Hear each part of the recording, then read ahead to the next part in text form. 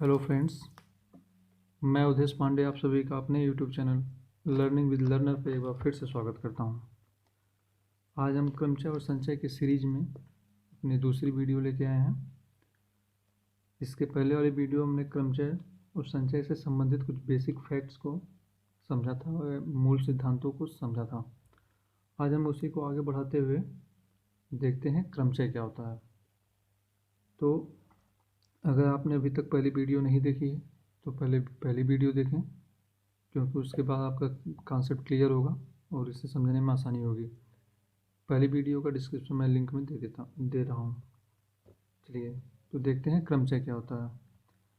तो क्रमचय का मतलब होता है कि दी हुई n वस्तुओं में से r वस्तुओं को लेकर उनको भिन्न भिन्न क्रमों में रखने की कितनी विधियाँ होती हैं। मतलब कि n वस्तुओं में से कुछ वस्तुएं जैसे हमारे पास दी गई, मान लीजिए n वस्तुएं हैं, उनमें से हमें कुछ लेना है या पूरा लेना है, तो हम मान लेते हैं r वस्तुएं लेना है। n वस्तुओं में से r वस्तुएं लेकर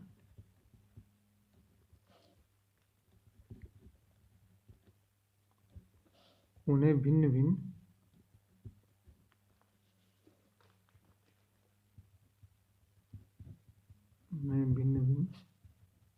क्रमों में रखने की विधि या विधियाँ। ठीक, ये क्या हो गया? क्रमचय होता है। ये दी हुई n वस्तुओं में से किन्हीं r वस्तुओं को क्रम में रखने की कुल भिन्न भिन्न विधियाँ को हम कहते हैं n वस्तुओं में से r वस्तुओं का क्रमचय। विधियों को हम n में से r वस्तुओं का क्रमचय कहते हैं। n में से r वस्तुओं का क्रमचय कहते हैं।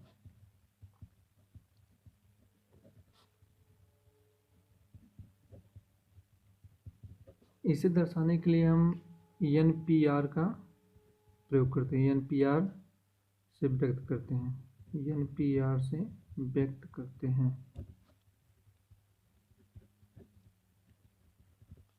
यहाँ पे NPR से व्यक्त करते हैं तो इसका क्या मतलब हो गया? n वस्तुओं में से r वस्तुओं का क्रमचय। ठीक है, इसे हम ऐसे पढ़ेंगे, n वस्तुओं में से r वस्तुओं का क्रमचय। ठीक, अब चलिए देखते हैं NPR का मतलब क्या होता है। ये n वस्तुओं में से r वस्तुओं का क्रमचय का मतलब यही होता है कि अगर कोई हमारे पास r स्थान है खाली और हमारे पास n वस्तु है, तो उन n वस्तुओं में से r वस्तुओं को लेकर उन r स्थानों के भरने का तरीका ही क्या कहलाएगा? n वस्तुओं में से r वस्तुओं को लेकर बनाए गए क्रमों की संख्या या n वस्तुओं में से r वस्तुओं को बनाए गए क्रमचयों की संख्या। चलिए, अब हम इसे समझ चुके हैं क्रमचय का, तो अब हम देखते हैं कि इसका मान कैसे निकाला जाता है। तो NPR यानी कि n वस्तुओं में से r वस्तुओं को लेकर बनाए गए क्रमचयों की संख्या का मान। चलिए अब इसे हम समझते हैं। जैसे हमारे पास n वस्तु है, r वस्तुओं को लेकर हमें उनमें से क्रमचय बनाना है, तो हम इससे पहले छोटे छोटे उदाहरण समझते हैं। मान लेते हैं कि जो रिक्त स्थान है, अभी हमने देखा या समझा था कि r रिक्त स्थानों को n वस्तुओं में से r वस्तुएं लेकर भरने का तरीका। मान लेते हैं रिक्त स्थान कौन कौन से हैं। माना रिक्त स्थान है, जो रिक्त स्थान उसमें पहला है, दूसरा है, तीसरा है, ऐसे करके रिक्त स्थान है। ठीक है, अब हम अगर पहले स्थान को भरेंगे तो हमारे पास कुल कितनी वस्तुएं हैं? n वस्तुएं हैं। ठीक है, अब हम पहली वस्तुओं को, हमारे पास जो है, मान लीजिए जैसे हमारे पास कुछ खाली स्थान है, हमारे पास कुल n वस्तुएं, तो पहले स्थान को भरने के लिए हमारे पास कितनी विधियां रहेंगी?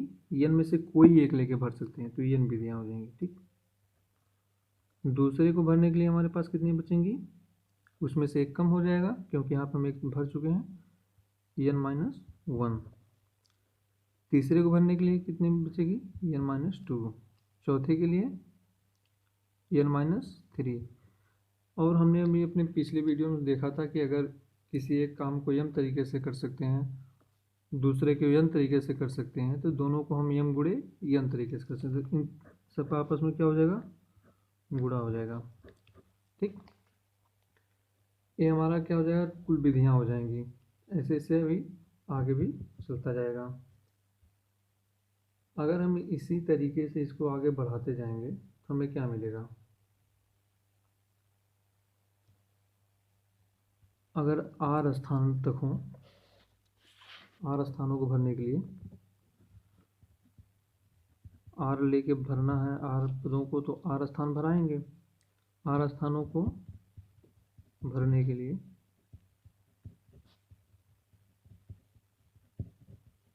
कितनी विधियाँ हो जाएंगी, आर स्थानों को भरने के लिए विधियाँ, पहला एन माइनस 1, एन माइनस 2, ऐसे चलते जाएगा। आखिरी क्या होगा, देखिए तीसरे के लिए हम -2 किए हैं, मतलब कि 3 घटा के 1 जोड़े हैं। तो वैसे दूसरे के लिए 2 घटा के 1 जोड़े हैं, तो आरवें के लिए आर घटा के 1 जोड़ देंगे। ठीक, ये हमारा क्या हो जाएगा, आर स्थानों को भरने के लिए कुल विधियाँ हो जाएंगी। ठीक, चलिए अब अगर हम देखें n वस्तुओं में से सभी वस्तुओं को लेकर भरना हो, आर नहीं, जितनी वस्तुएं हैं सबको एक साथ लेकर भरना हो, तो यहाँ पे हम एक चीज़ देख लेते हैं। एक उपप्रमेय आता है, इसे हम उपप्रमेय कह सकते हैं। उपप्रमेय, मान लीजिए पहली उपप्रमेय, यदि इन वस्तुओं में से सब वस्तुएं एक साथ ली जाएं, यदि इन वस्तुओं में से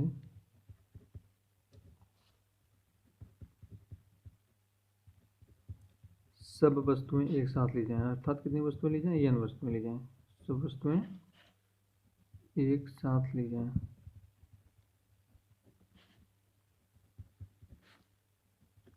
अब देखेंगे हमारे पास जितनी वस्तुएं हैं उतने रिक्त स्थान हैं, इसका मतलब, और उतने रिक्त स्थानों को उतनी वस्तुएं ले लेकर भरना है।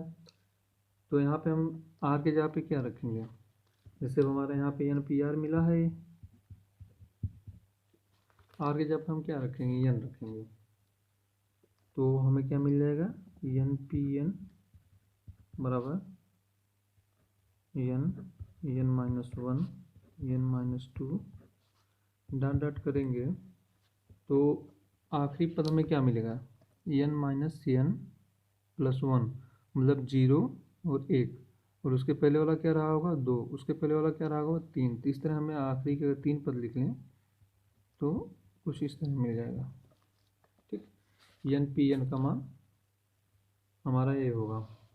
तो एक चीज़ अगर यहाँ पे हम ध्यान दें तो ये देख रहे हैं कि 1 से लेके n तक की सभी संख्याओं का यह गुणनफल है। इसको दर्शाने के लिए हम क्या प्रयोग किया जाता है गणित में, इसे हम क्रम गुणन या फैक्टोरियल कहते हैं। फैक्टोरियल को दर्शाने के लिए हम इस तरह लिखते हैं, जैसे n तक का है तो n फैक्टोरियल को दर्शाने के लिए फैक्टोरियल ऑफ n या फैक्टोरियल n इस तरह दर्शाया जाता है। इन दोनों में से हम किसी से दर्शा सकते हैं, तो सामान्यतः हम आगे इसका प्रयोग करेंगे। ठीक है, और फैक्टोरियल n का क्या मतलब हो जाएगा, 1 से लेकर n तक की सभी संख्याओं का गुणनफल।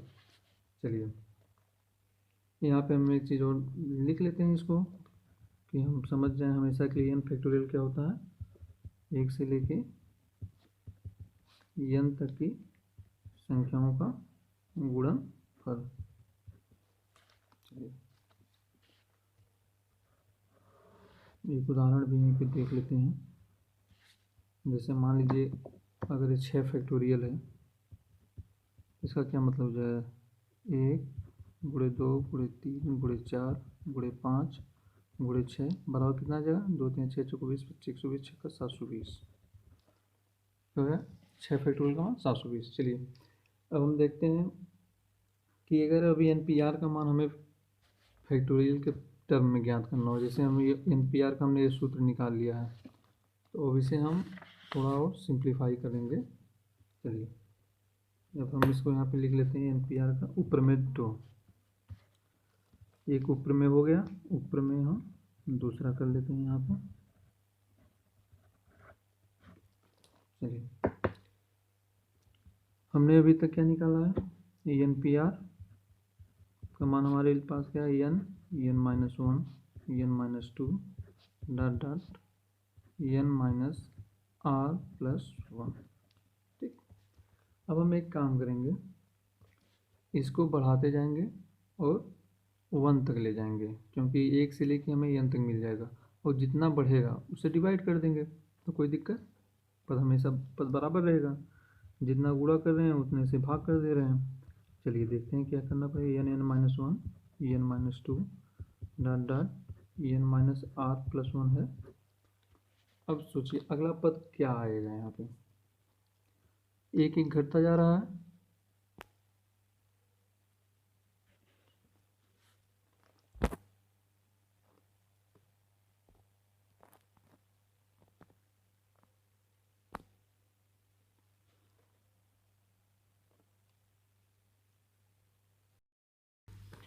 हम देख रहे हैं कि यहाँ पे एक एक घटता जा रहा है, तो हमारा अगला पद क्या हो जाएगा, n -r, फिर n -r-1, ऐसे करते करते हम कहाँ तक जाएंगे, 3 2 1 तक। चलिए तो हमने कितने पदों का एक्स्ट्रा इसमें गुणा किया है, यहाँ से n -r से लेके 3 2 1 तक। चलिए इसको नीचे लिख लेते हैं, n -r n-r-1 dot dot 3 2 1। तो चलिए अब यहाँ पे हम देख लेते हैं कि ऊपर वाला पद क्या हमें मिल जा रहा है, 1 से लेकर n तक का गुणनफल, तो क्या हो जाएगा n फैक्टोरियल। नीचे वाला क्या हो जा रहा है, 1 से लेकर n -r तक का गुणनफल, इसका मान क्या हो जाएगा, n -r फैक्टोरियल।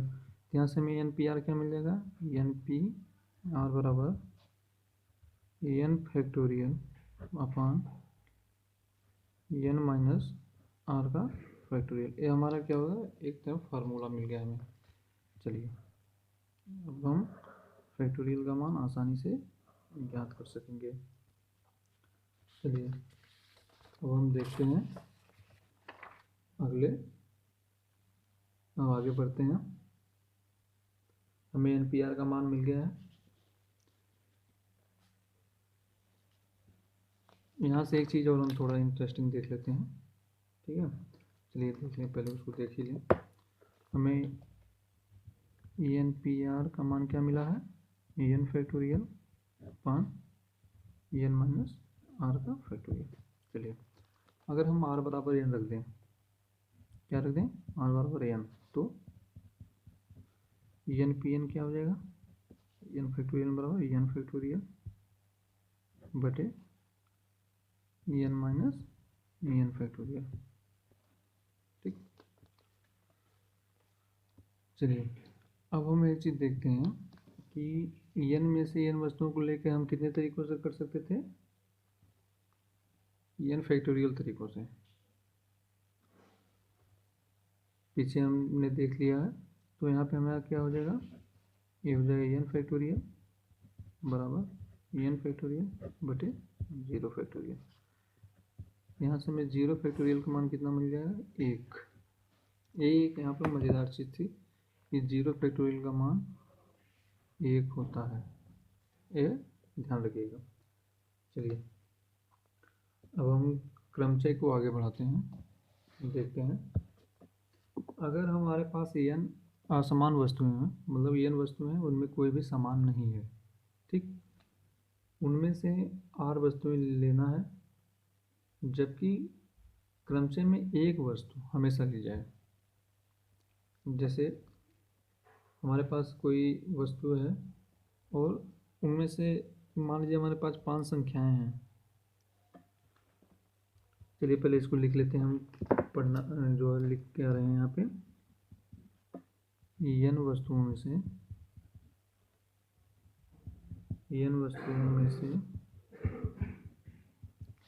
r वस्तुओं का क्रमचय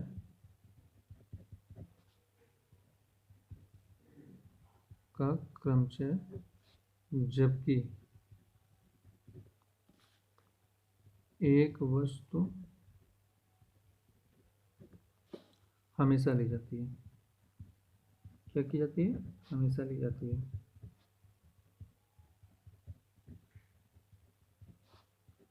जैसे मान लीजिए हमारे पास 5 संख्याएं हैं, 1 2 3 4 5। हमसे कहा गया कि 3 अंक की एक संख्या बनाना है। कितने अंक की? 3 अंक की,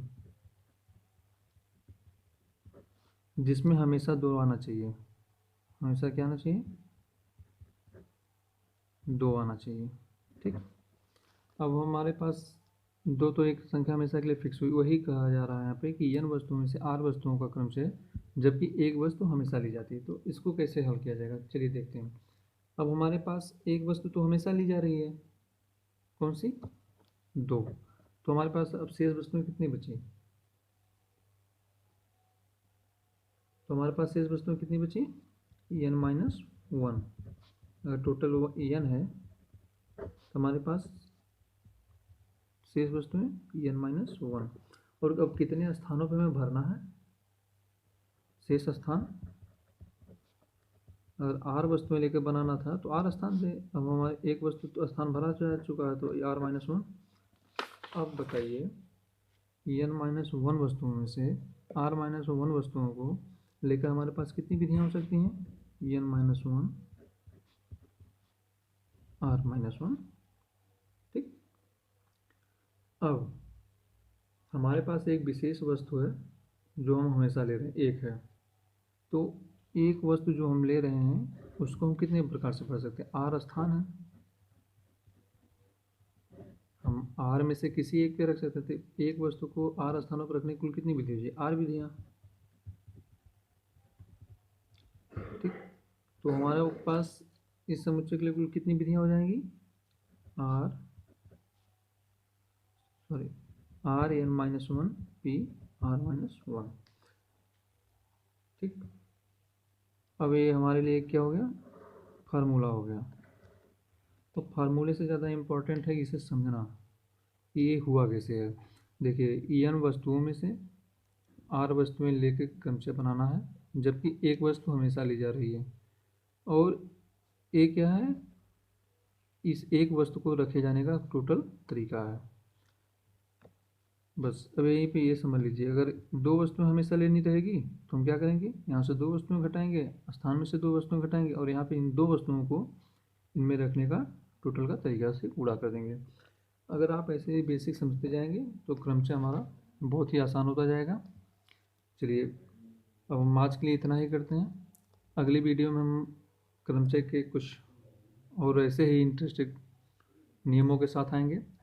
और एक दिन जब नियम हमारे लगभग कंप्लीट हो जाएंगे तो उस पर हम कुछ बेसिक ऐसे ऐसे सवाल लगाएंगे कि हमारे सारे नियम जो हमारे दिमाग में हमेशा के लिए फिक्स हो जाएंगे। तो तब तक के लिए धन्यवाद। अगर आपको वीडियो अच्छा लगता है तो लाइक करें, शेयर करें, सब्सक्राइब करना ना भूलें। सब्सक्राइब ज़रूर से ज़रूर करें। तो मिलते हैं अपनी अगली वीडियो में। नमस्कार, जय हिंद।